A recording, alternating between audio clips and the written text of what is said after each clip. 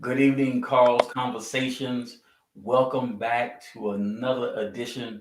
We're so glad to be with you this evening, and we're going to have some fun today because, man, we're getting out here and talking to our youth right here in the region. And so I'm just happy, and I'm sure some of you, when you saw that title, BLM, what is he doing? Yeah, I'm glad that you're thinking that. So come on in, everybody. Come on in. I'm gonna give you a minute to let your friends know, let your family know that Carl's Conversations is back on. We have a very, very interesting subject matter today, and we have a tremendous guest. Mr. Foote is going to talk to us about some things that most of us probably don't know. We think we know, but we don't know. Already, my number one fan, my wife Tisha, saying good evening to us, Mr. Foote. Thank you, sweetheart. I appreciate it. And Mr. Foote, I wasn't calling you sweetheart, just so we straight, man. You know. It better not be. Just saying. I'm looking at you, like looking at me, looking at you. Oh God! And there's my sister by another Mr. Miss Tina Lizzie. How you doing, sweetheart? Thank you for joining with us, ladies and gentlemen. If you haven't figured it out yet, we have Mr. Anthony Foote, and he's part of BLM Youth. And if I'm saying that wrong, he is going to correct me. They have a chapter right here in the Fredericksburg area, and his purpose for coming on tonight is to give us some information about what BLM Youth is doing and will be doing futuristically in our region. And also, there is an educational initiative. And I'm going to tell you, I don't know anything about it yet, just a few little small things. But I'm excited because Mr. Foote is going to let us know. And the audience is kicking in. Miss Kimberly Catesbell. She said, y'all funny. Yeah. A little bit, Kim. A little bit. Team. Kim is the homie. Good evening, yes. Kim. And Tina, she called me little brother. All right, y'all. With no further ado, Mr. Anthony Foote is here. Mr. Foote, God bless you, brother. How you doing this evening? I am doing absolutely well. First and foremost, God is good, and I have to say, man, thank you very much for allowing me to have this opportunity. It's an honor.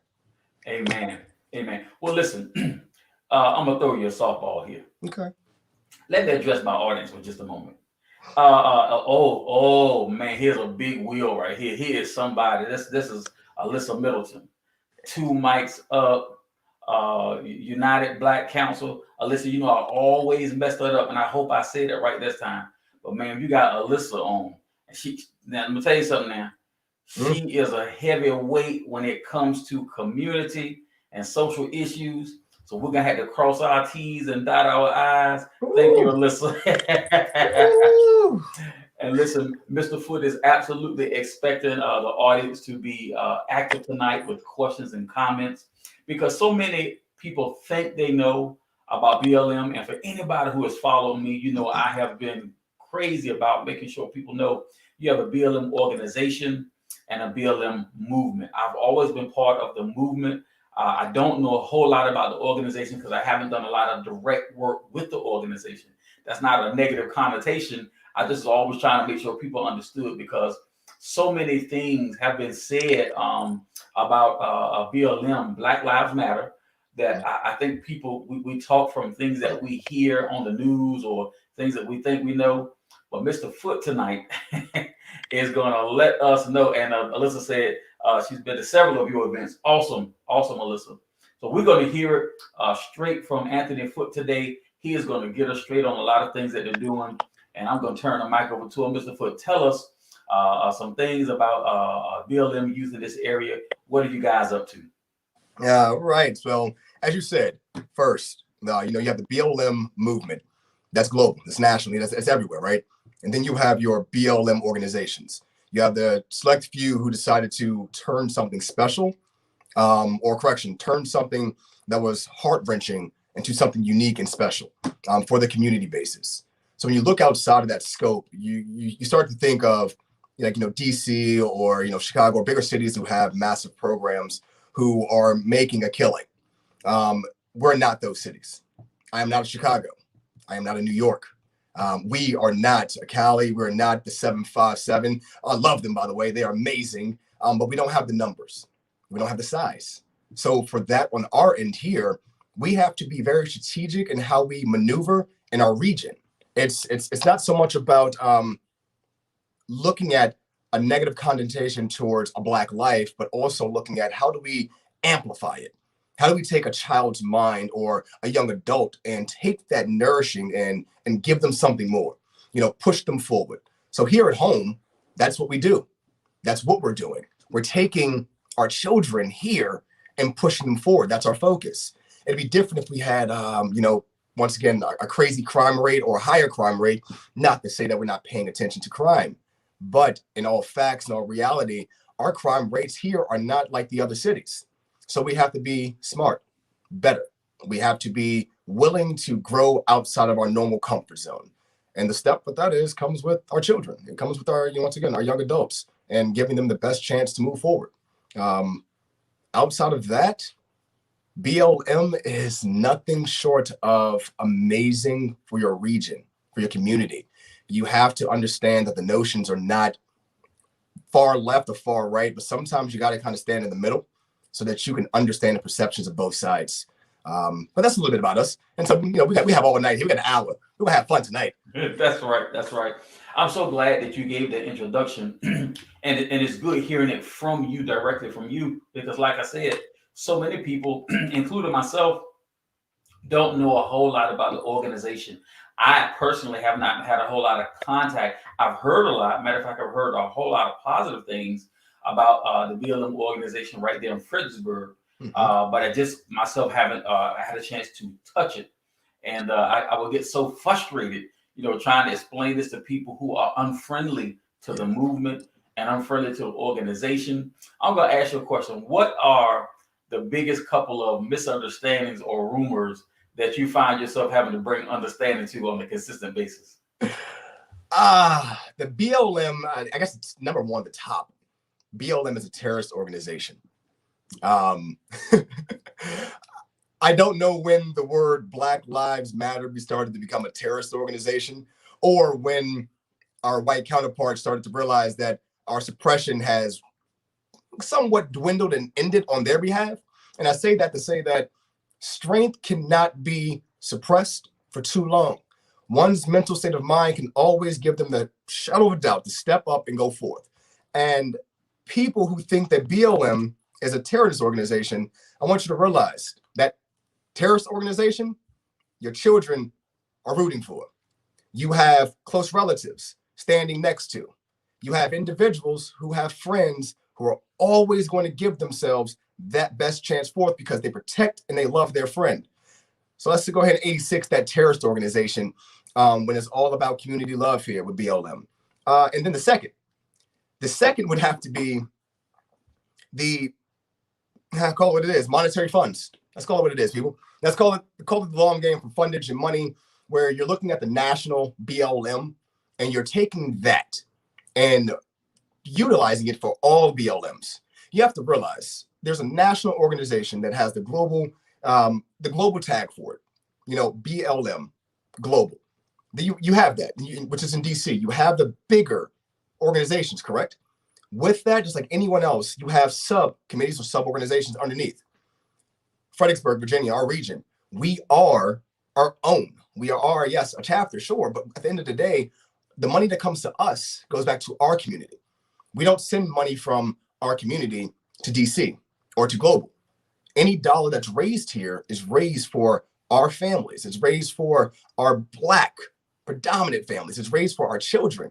So those are probably the two biggest stigmas that we have to face on a day-to-day basis. Terrorist organization, and where's all the money going to? Well, I can tell you where the money's going to from our group. Here, home. Amen. And let me ask you this, because the news media, especially a certain portion of it, love to attach BLM to Antifa. You guys have been infiltrated by Antifa. Yes. And their far left politics have have infiltrated BLM and control everything you do. How true is that, Mr. Foote? True as true could be, I guess you could say. Let's call an apple an apple. When you have to think about people who do not understand why they're marching, why they're moving, why they're protesting, why they are taking themselves, right, and putting themselves in the front line. There are certain people, myself and others, Black, who understand what we're fighting for. Our emotional confusion was nurtured. It was given to us by an elder who gave us patience, who made us understand when we felt that fire inside that we needed to mobilize in the correct way. Then you have the individual who is emotionally confused without direction. That person's vulnerable, very vulnerable. Nothing wrong with it, but vulnerable. They have friends, Antifa or other individuals who want to come in and do these types of things. We watched it happen last year.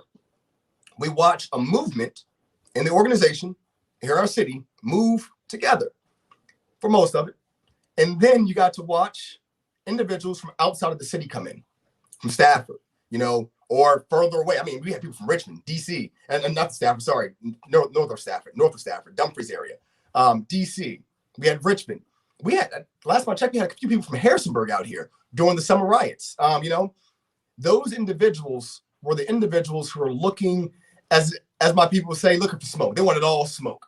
They wanted all smoke because they just wanted to be in the limelight for the firing at the moment in time to accept not a consequence, but a bandwagon. I was here. Years from now, they're going to say to themselves, I was there when I did that. But you were also the person who decided to break a window or try to throw a false mazel tov. Yes, people, that's true. We have on camera 2 individuals who are not from our city trying to throw a mazel tov, which was made with plastic, at the police officers. You have things like that is live footage that we can clearly see. And once again, those individuals, when things got real hot and heavy, you got to watch them flee. Have you ever turned the lights on in a hotel and you see the roaches scatter? If you never had that, you ain't come from the slums, I guess. But however, it happened. You got to watch people run, and then when the ones got handcuffed and arrested, like, who was those people? We don't know. They're not from here. And you learn, days later that, oh yeah, that person was from Richmond, or that person was from DC. It happens to all of us, white, Black, or indifferent. It happens to each group. Well, I appreciate that. And I know some people are like, why in the world would Carl ask that? Well, I asked it because Carlsconversations is a safe place to have difficult conversations. Amen. And I want to make sure that we hear certain things from Mr. Foot from the inside, because I'm a firm believer that certain things you need to hear from the experts. Sometimes we think we know, but it's nothing like hearing from someone who actually does know. Now that we've cleaned all that up, and I do thank you, Anthony, for helping us give us some inside information. Yes, sir. I want to know about this educational program that BLM Youth is partnering with. I want to know about some positive things that are coming down the pipe for the near future. Yes, sir, and definitely. First and foremost, when it comes to that, TKE, the Knowledge Exchange Program, well, Knowledge Exchange Incorporated here in Fredericksburg, Virginia. Man, there is not enough positive things I can say about that organization. It's a nonprofit here locally. I will make sure I tag it in the chat here. But that program gave us the opportunity to realistically look into a program for our city, our region, our children, our youth, who are not getting, let's say, mediocre educational needs. No one is knocking on our teachers. No one is saying our teachers aren't doing their jobs. They were darn sure not saying that they don't love our children, etc. But what we are saying is our teachers are overwhelmed. Our teachers not only have side gigs, side hustle job, paying attention to a class while teaching a class. You know how difficult it is to have a Zoom class while teaching other students in the same class? It's to my knowledge, it's very difficult. I got to watch one setting and I would never want to do it a day in my life. But that also gave us the makeup to understand something more for our community. TKE came to us to propose that how about we come together and try to figure out a system so we can continue to sponsor and help our young adults. It's tutoring at its finest, people. I mean, tutoring that so many of us wish we had. I mean, I wish I had it when I was growing up. We have kids who feel left behind because their friends are picking on them because they don't read at their grade level, or mathematics are not their strong suit. And quite frank, English was never my strong suit. It took me a long time just to have articulation, patience, and characters for words, but it happened over time. let's allow ourselves to give our children that opportunity so they're not finding themselves like us later on in life, where we're struggling to pick up small pieces because we didn't have that support. So TKE and BLM here in our region, we have partnered together to make an exchange program essentially for the young mind. Exchange the young mind. And that is simple as that. It comes down for us getting a tutor for that child. They're going to have personal interactions, friendship interactions. I mean, I got to watch a teacher on her day off take good 30, 40 minutes just to have lunch between her second job, by the way, with her students who were not doing so well. These are the young adults that she actually tutors. Like, she took the time personally to have a lunch with them while she listened to their problems and helped them through their needs. I don't know too many teachers that will, on a day-to-day basis with a second job, go hop on their cell phone and have a live Zoom call with kids about their needs when they're over here clearly struggling. But that's the kind of love that TKE brings. That's the kind of hypeness they bring. They don't bring the ordinary type of energy. It's all love and it's all real with them. So TKE, BLM, we are eager, we're excited. We sponsored 11 young adults last year, and we're looking to do the same thing this year. Truth be told, we want to amp up the ante. We made our goal of $1,500 in less than 24 hours, which was, thank everybody. Amen. The goal has been reset. The goal has been reset. It takes us roughly $4,500 or so to sponsor 11 young adults for, say, 6 months. We've upped that ante now to go ahead and push the numbers to 3,000. So now we're looking to see if we can raise $3,000 so that this way we have a jump start on our youth's next 6 months. So future terms looks like when we get this 45, we're going to go ahead and give ourselves some months between, say 3 months between, restart the initiation to raise more funds for their next 6 months. We don't want to, help them through one term. Right. We want to take them through till the very end. Why? Because that's what we needed when we were growing up. That's what we got from our grandmothers, our grandfathers. You know how many suits we had to wear going to just random places? Like, I wore a suit to get a haircut. And I don't think our young adults understand that these days, like that type of love. Right. Let me build you for tomorrow, not right now. But outside of that, other things coming into the future, as I see a post, I see a question there. I will be posting the link for the BLM fundraiser. So please just stay tuned as I'm talking. I will go ahead and copy paste and make sure you have it so you can see it. But thank you for that. Yes, sir. But outside of that, as far as things that are coming down the pipeline, oh man, there's no secret. March. So many of you last year got to watch George Floyd, and I'm sorry, I'm looking down because I'm actually trying to get the link really quick for you. So many of us got to watch last year George Floyd. We got to hear of Breonna Taylor. We got to watch our nation make a wall more important than her life. We got to watch how officers decided to try to be sympathetic to an officer kneeling, compressing, crushing windpipe areas on a man who was clearly handcuffed and, well, didn't deserve to die. Don't give a damn with his actions. Excuse my French there. However, we are now in a March area, 2021. For those who do not know, his case, George Floyd, is coming up this month. Mm-hmm. It starts. So for all of you who were in the streets and screaming, he can't breathe, I can't breathe, and I'm here for the cause, I'm here for the movement, and you took yourselves home and you left without coming back or saying anything else to anyone else, or now you're standing on that fence line because, oh, you know what, I wanted to be a part of BLM, but now I realize there's a little bit more to it. This is a bandwagon, it's a lifestyle, this is a culture. This is blood, sweat, and tears, determination. For you who sat there and did that, I urge you, look at yourself. Look at you from last year. Find that same passion. If you have to find it, I need you to hone it. And if you hone it, you can believe.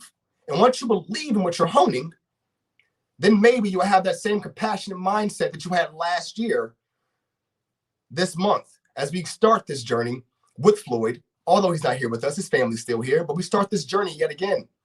We start this journey to see if a man's life will be more valuable than the concrete he was laying down or the asphalt he was laying down on, or more valuable than his mild conditions that he was under, because they said, well, he put himself in that situation. It is us that we need to realize, when will enough, as the group says, be enough? And when will we take a stand? Last year wasn't a stand, people. Last year was a trick and pony show for so many of us to have a bandwagon because COVID-19 hit, kids didn't have school, and we all wanted to be in the streets. Well, it's 2021. The job has only started. I need you to gear up, buckle down, 10 toes down, that is, and educate yourself on this man's case. Educate yourself on what's coming next. You cannot move in a world without education, at least to the mildest sum, because your counterpart, that is not you, will always try to trick you. I need you to be vigilant, understanding of what it is that you stand for, and truth be told, walk your truth. Stand in it. Bask in it. Don't be ashamed. Love yourself, because ain't nobody else can do it for you. So to George Floyd, we want to say, as always, rest in peace. Yes, we love you. Rest in heavenly peace. But to everyone that marched and moved for him, that made a world, people. We had COVID-19 last year. We had a man's death over 8.5 minutes. Make a world. Oh, stand still. Mm-hmm. You got to watch every country, almost every city, damn near every nation rise up, because enough was enough. It took a man's life for us to see that. It didn't take the 401 plus years of brutality and everything else that came with it. It didn't take 5 years ago when you were still calling us the N-word or having your nose stuck up way up here. People, realize what you're doing. Realize where you stand. Because everyone's not going to be as nice as your left or to the right of you. I can guarantee you that. But what they will do for you is give you knowledge. I know my Black brethren and Black sisters and queens all out here, that's one thing they will make sure they do for you. They're going to give you knowledge. You step on their toes, the best weapon we have back for you is knowledge. So that's what's coming down the pipeline as far as us, the March here area. We have that coming up. We will do educational forums for not only George Floyd as we watch this case closely, but we will have our anniversary, as so many of us got to be a part of last year. We're going to have an anniversary coming up this year. And the one most significant piece, it kind of resonates inside of me. My leadership Fredericksburg class, I got to learn a little bit about, our history, more history here in the city of Fredericksburg. There was a slave. And I'm not going to say too much about him. I'm going to get a very vague story on him. He, on the same path, the same path we took, was his path to freedom. It's few turns are different. We're mapping it out, but we are going to do a freedom march. I say freedom march, not to the sense of us today being suppressed. I say freedom march because our history is still living and breathing on these streets as we walk every day. I want the people to understand that in the 1800s, a person, when the redcoats were coming, took his time to hear that and have the understanding enough to know that this moment, no moment better than this moment, I will find my freedom. He didn't find it easily. He had a long run ahead of him. And when he got to his destination, which is the Falmouth Bridge today, it was ablaze, it was on fire. He could not get across to freedom. So with that being said, he went back just a little bit. Luckily, there was a boat that was starting to come across, had the coats on it. And one of the men on the coats, well, with the coat on, he was a white man. He screams out, once again, I'm not gonna say his name, but I will love to tell the story later on. He screams out to him, "Hey, do you want to be free?" Yeah, essentially he replied. And immediately he jumps in the water. He swims to that boat and where he's lifted up and put on and taken to the other side. His freedom came at the cost of bravery. His freedom came at the cost of knowledge. The freedom of him came at the cost of sacrifice. And if I could show a screenshot, I would love to show you his family now, but he is taking us in a place that when he left his final remarks, his words, and I will share when we do this on April 16th, 17th, his words are so touching, so real and raw. It stood the test of time. He wrote this in 1860 something. Don't quote me on that. I'll make sure I correct myself later. 1860 something. But we have his documents till today. And I can't wait to show you all that at a later time. but that is going to be a very significant piece of something we're doing here. I just want all of you to be a part of it, black, white, and different, because at the end of the day, it was a white man in a red coat that helped the black man with barely anything on his back make it to the side of freedom.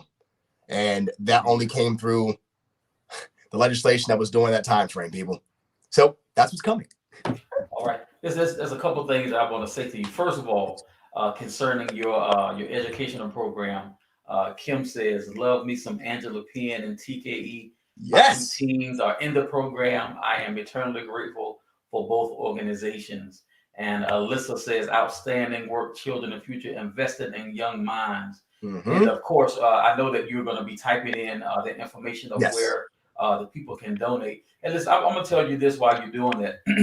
One thing I am so proud of is, a lot of people don't know, but this movement was really spurred on by young people. Mm-hmm.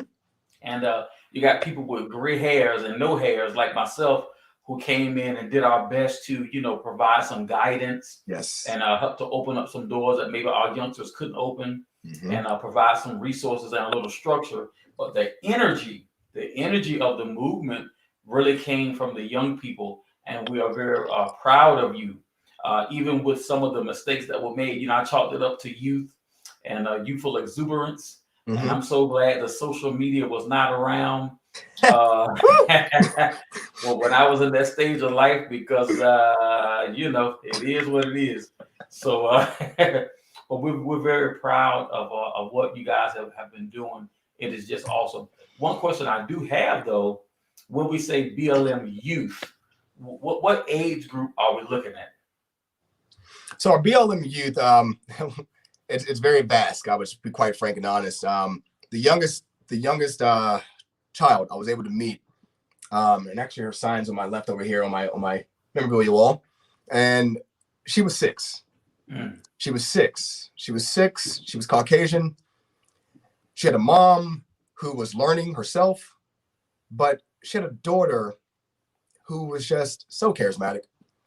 The old saying is, "I don't see color," BS. But this little girl was just so clueless to the world that we were sitting in front of with all this happening, right? And to watch her walk over to someone she's never met and give me a hug because she wanted to be my friend, because she cared about her friends who looked like me. And she said to me that she hopes someday we can stand together. And she was talking about her and I. And we did, actually, because she's awesome. But it was a 6-year-old white little girl that made me see something I guess I really haven't seen before. And it was that our world is still yet so flawless and pure as long as we nurture them with the truth and allow them to make their own credible decisions when life starts to happen. It's a beautiful thing when you can think of someone's perception who has no understanding of a world that is happening. All they see is the moving parts and the pieces. Yeah. It's upon us to really educate them. So my youngest, 6. The most, I guess, the highest in that bracket of youth, I'm gonna cap it off at 15. I say 15 because my 15-year-olds that I got to see over the summer, their mamas was with them. Right. Come on. 16, 17 is still youth, sure, but they have more freedom over the summer. They were able to do a little bit more. So our focus for our youth was 6 to the age bracket of 15. But that doesn't mean that we are not, looking at all youth. Until you're 21, I'm gonna call you a youth. That's my mind. That's my book now. Young adult. But no, in all seriousness, 6 to 15, and outside of that, we utilize our more experienced vets or battle tested who actually put their foot in the water a little bit. We utilize them to that educational portion of making sure they understand their history. Falsification is a hell of a thing. Falsification is a hell of a drug. Facts, realization, your history. Once you understand those 3 things, your words, your articulation, There ain't too much people can tell you because you know who you are. And Ellison said this. Ralph Ellison said this. He said, once I actually quoted this to JM, once we know who we are, then and only then will I or we be free. Take that lesson for what it is. Listen to those words. Don't try to be your friend's next whatever. Be you. To my youth, we always tell you this. Go out, smile, encourage something upon someone, teach someone something new. But at the end of the day, when it's all said and done, did you learn something new? And did you take that lesson and apply it? If you didn't, that's tomorrow's task. The lesson you learned, apply it. Hey man, I want to tell you, I'm thankful from my age. Listen, I graduated high school in 1989, right? Okay. I think that's something like what was that, 32 years, 32 years ago. 32. The climate was much different, Mm-hmm. much different. I come from the 757 Chesapeake, Norfolk area. Mm-hmm. And there are two things that I'm very grateful for now. Number one, I think the BLM movement and the BLM organization did a very great job over the summer and since then with being a catalyst for the education of many Black people who did not know our history. And of course, many of our white and Asian and Hispanic / Latino brothers and sisters who didn't know but had a yearn to know. Mm-hmm. And it empowered us because knowledge is power. And has been great. Now, I'm going to tell you, it's having some effects now. Mm-hmm. We're starting to see, because when the marching first died down, I was concerned. But then when I started seeing legislation and many states and localities start to turn the corner, I said, okay, well, the marching and the education and the exposure, I mean, we had 24-hour news coverage for several months. Yes. It has had an effect. Now, it had another effect too, and we saw that effect on January 6th at the nation's capital. The education and the progress has angered many people. But I want to say something because I'm sure there's some people here who need to hear it. You know, you were telling the story about the red coat, and the young Caucasian girl, the 6-year-old. The truth of the matter is, all along this journey for racial justice and equality, there have always been others that did not have Black and brown skin who were always down with the movement at their own peril. Yes. And one thing that I have been at first very surprised, to be quite honest with you, but now I'm not surprised anymore, but I'm still very grateful that at all these gatherings, I have seen about 50% Caucasian. And I'm telling you the truth, the first time I saw it, I didn't trust it. I was like, well, these jokers spies. Where's Wando? I don't trust none of them. But you know, we were taught to watch, observe, and I kept seeing the same faces, and I saw fire. I saw them with action. Many of them were handing out signs to us who came without signs. And I accepted, you know what, this is what our forefathers saw during the original civil rights movement back in the 50s and 60s. You know, you go look at those tapes, they didn't get a lot of attention when we were learning the little bit of truth we learned about our civil rights movement. But we always had our Caucasian brothers and sisters, our Jewish brothers and sisters. And now I've seen a great portion of our gay and lesbian brothers and sisters who have stood with us and have said, you know what, the way you have been treated is not right. And it's not new to us, right? And we're going to stand with you. And so I'm very grateful. And I wanted to bring attention to that because it needs to be said. And I'm very proud of the BLM organization and the BLM movement for being a part of those positive things. And I want to say to all of my non-Black and brown skinned people who are listening live and who will catch this video on playback, we do thank you for your continued support. We do thank you for the resources that you poured into the movement. And I want to motivate you to continue because it makes us feel good to know that we're not in this battle by ourselves. And you would not have all this legislation and all of this movement if it was just us. And I think that all of us have enough sense to realize that. Yes. So, hey, I give a hand clap. Thanks, Brother Foot, for being on the street and being involved and being a leader with our youth. And for y'all who haven't figured it out yet, what I'm got here posted is the information to donate. So if you guys like that program, the TKE program, that partnership of BLM Youth and TKE, here's where you can to donate to help keep that program alive for our young people in this area. And Mr. Foot, we certainly thank you for that. Now, that was a little something else you were going to talk about, and I'm gonna throw you a microphone. I'm gonna let you. I don't even want to let the air out of the balloon. I might not touch it right. I'm gonna let you touch it. We go on with it. This charity that you were talking about, I want to let you just go ahead and pop the balloon on that one. Right. So, also in our city of Fredericksburg, it's not. I kind of wish we could, switch the word Fredericksburg sometimes, because our organization is not just here at home in the city of Fredericksburg. It stretches to Stafford, it stretches to Spotsylvania, it stretches to King George, Culpeper, Orange. It stretches to our predominant region that surrounds us. However, here locally, we do have another organization, Downtown Greens. It's a very awesome nonprofit. It's very lackadaisical, but more so relaxing. Can you go to a garden and, put your hands in the soil and have fun and just enjoy yourself? Because that's what's there. They look at education as well. They look at how to help the homeless, look at how to feed our community. They look at how to keep the mortar or the foundations for certain individuals in our community, Black cultures in our community moving forward. Yesterday to the 14th, they started, call it what it is, a 5K run, a virtual 5K run. If you find the time to walk for yourself, literally, like, do it for yourself. Don't do it because it's Downtown Greens.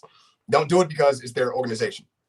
But if you're willing to step up and take the challenge and accept the challenge, I will then urge you to go to Downtown Greens. It's here locally. You can go to the Facebook. I'll make sure I put a tag in it for that as well. You can go to their page. You can see all the glitz and glam about it and see where all the money and stuff is going to go to.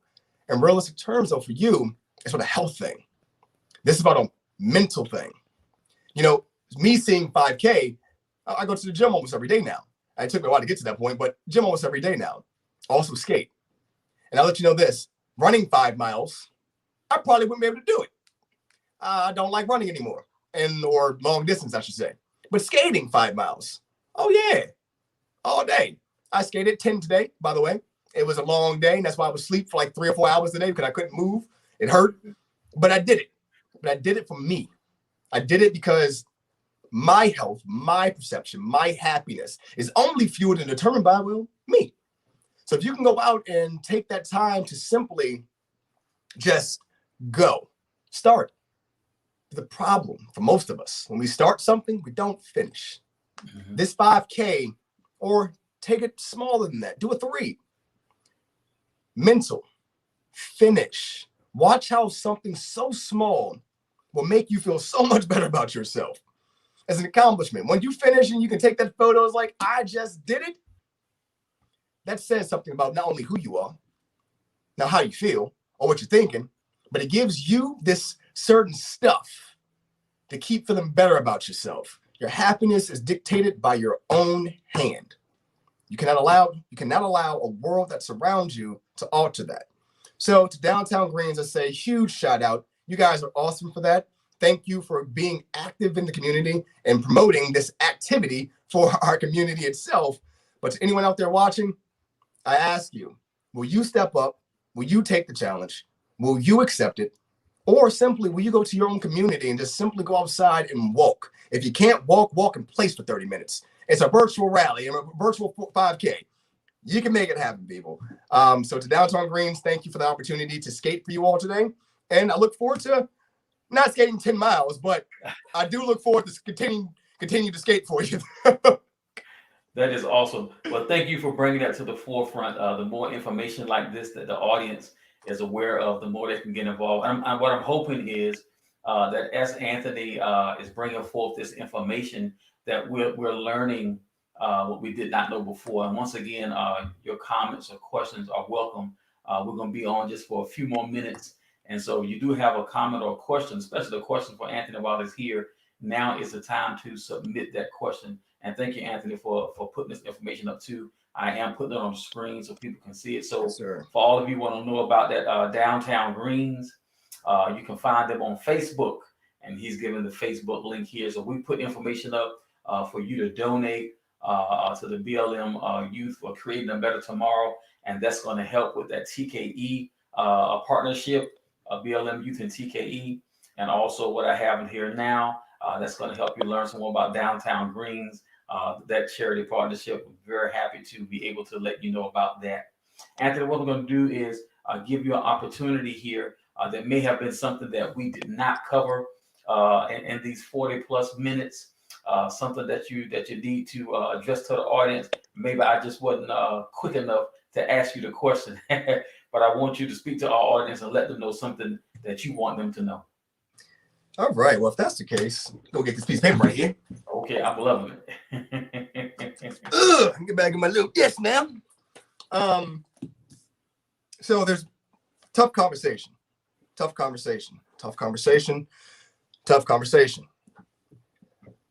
We need to normalize tough conversation. To my kings, to my queens, to anyone that has a voice, to anyone that feels that what they stand on in their heart and their gut is true. One of my mentors told me that you can live your life in two ways. You can be liked or you can be respected. And he told me, he was like, you can always be a person who's going to put their ear to the street and listen to everything they have to say and do what they want you to do. Or you'll be the person that puts your ear to the street, listen, and follow your own heart and true gut feeling. Then and only then will you find that word respect. Conversations that we have need to be normalized so that we can speak freely. I speak freely. You're not going to tell me what I can and cannot say, right? But you have to understand when you do that. No one's telling you never to make conversations tough, but I am saying that, once again, educate yourself. I am telling you to be patient with yourself. Articulation. Listen, then act. Conversations for so many people nowadays, they're comfortable. They're too comfortable. They make jokes, they make remarks, they make side-eye reviews, and so forth. The list goes on. And you know what I'm talking about. A lot of you do it.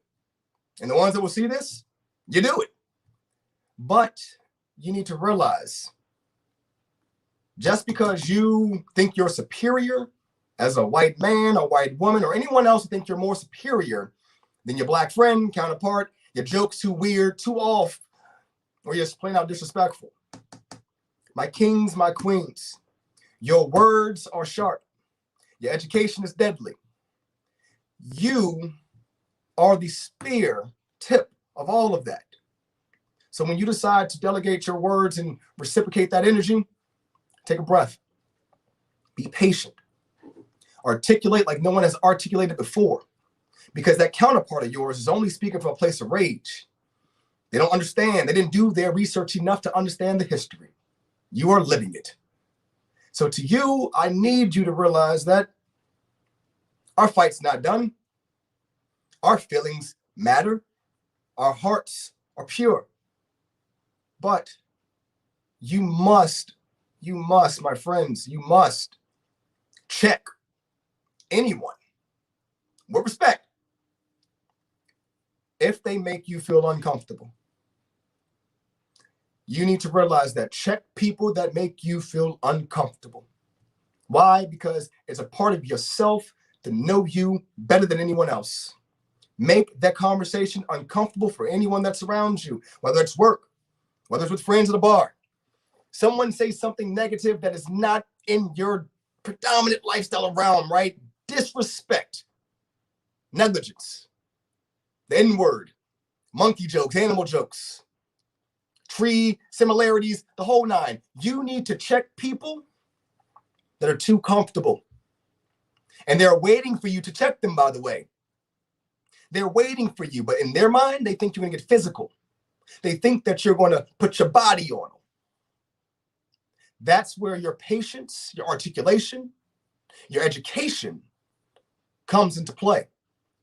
Because when you hit them with that, when you hit them with facts and you hit them with something that, hey, you ain't heard before, you know, they're like, oh, whoa, I wasn't prepared for that. Make them feel uncomfortable. Make them eat their words. If you haven't realized, the whole part of this last segment for me is make people that surround you who are not willing to change for the future, for tomorrow, for our children. We lived our lives, people, we're living them. We have kids to worry about. Tomorrow cannot be today. So let's make that narrative a thing. Let's make uncomfortable conversations normalized by shutting them down with facts, articulation, and education. So before I go, I would say, as so many people, when we look back on our time frame here and where were you when all this happened, I can honestly say I stood in the blaze of the flames and watched how individuals spat on the people surrounding them. It was upon myself to be one or two things: the catalyst to take the flame to make a bigger one, or the catalyst to douse the fire so the understanding can prevail. You need to realize you are a person of strength and magnitude that can make the world itself move in the direction you see fit by the things in which you do. So your imperfections are your perfected moments through your lifespan. Understand that, hone in on it, and take each day with a grain of salt, because you must learn something every day. You can't go into a world of stagnant people, especially if you're Black. It's not allowed. Our grandmothers wouldn't allow it. Your father wouldn't allow it. The neighbors wouldn't allow it. You are a king for a reason. You're a queen for a reason, not by design, because what's inside of you, that homey feeling inside of you, you can make anyone feel it. And that's something most people cannot do. So thank you. Seriously, thank you. Mr. Anthony Foote, young man, you have made your older brother feel proud today. Do my best, sir. Do my best. So we really do thank you for spending this time with us. And I'm sure that you have educated someone who maybe was thinking differently about the BLM organization, what you're all about, and what's going down. I thank you so much for coming on to our platform and giving us some straight answers. And I'm hoping that this will not be the last time that you come on to Carl's Conversation. I have your information. And as we get deeper into the Mr. George Floyd trial, yes, and other things going on in the area, I do want to have you on. I wish that I had you on last year when all that commotion was going down in Fredericksburg and the BLM organizational name was taking a whipping, but I just didn't. Who you telling? Yeah, it was crazy. But those of us who are inside of the movement, maybe not necessarily inside of the organization, we could see through what was going on. We know. And we know that a lot of those things that were being fed to us were just, people from the outside speaking as if they are one having authority. And that's dangerous. Yeah. I have seen that in this season like never before. Yes. It is dangerous to give a microphone and an audience to a person who will speak and does not know what they're speaking about. Yes. We have this saying at my church: do your job, do it well, stay in your lane, mind your business, and don't be a busybody. And let me tell you, that's not just for church, but that's for life. That's life. And I've always believed in let the experts be the experts. And when I want to know something about something that's going down, I want to talk to someone on the inside who has inside information and can give me some real understanding of what's going on, instead of looking at it and thinking that I know what's going on when I don't know how the inside works. And when I don't know, sorry, I will not. Did you see that? Yeah. Oh yeah. Read the comment. Now what you cook? Yeah. Yeah. Oh, yeah. Oh, so you got a hidden talent you ain't telling us about, huh? Hold up. Got my camera. I told you, man. Alyssa's something else now. She is something else. I'm cooking lamb. So when you gonna invite us over? I just lost your sound. Hold on, can you hear me? There you go. There you go. Yeah, I disconnected. Sorry, lost Okay. shortage there. But no, lamb is on the menu tonight. Lamb is on the menu. Okay, I'm trying to see when this invitation is coming. I like lamb. Well, you know, we try honestly, really quick here. What we're going to try to do is have a community event for say roughly 25, 30 people. It's going to be very unique individuals. We're inviting, of course, but we're going to do roughly a 4 to 5 course meal for them. Personalized tables. You know, once again, this is free. This is a free ticket to the people we invite. So if you get an invitation from me, that means your exclusive meal has been paid for, and you better show up. And that's right. You better enjoy food and give me your honest opinion, because that's what this is all about. When we do this event, it's going to be for you to dive into some food and have fun and be like, you know what? Your video might look great, but this is horrible. I need the feedback, people. Elisa is raising her hand. I'm gonna tell you right now, you can add Carl and Tisha. That we'll bring our donations with us. Yes, it's in the works. It's coming down the pipeline. That's gonna be something very special and unique for the families. I'm out there. Wonderful. Thank you so much, Mr. Anthony Foote, and audience. Thank you. Hopefully, you have taken note of all the things that he said, and remember the information that he put to donate, so you can be part of that TKE partnership with BLM Youth. It is in the thread for the comments, so you can always go back and get that. Also, the information for Downtown Greens. All right, that is also in the comments. Mr. Foote, we thank you, brother, and we'll be looking out for you. Want you to keep us updated. Now, if I haven't reached out to you, I want you to reach out to me and say, hey, big bro, I need to come on and let the people know something. You got. I'm gonna hold you accountable. I'm sure you will. That's why I told you on air, on live broadcast. On live. Yes, sir. All right, audience, we thank you for your time and attention. And like I always say, until next time, may God bless you and may heaven smile upon you. Good night.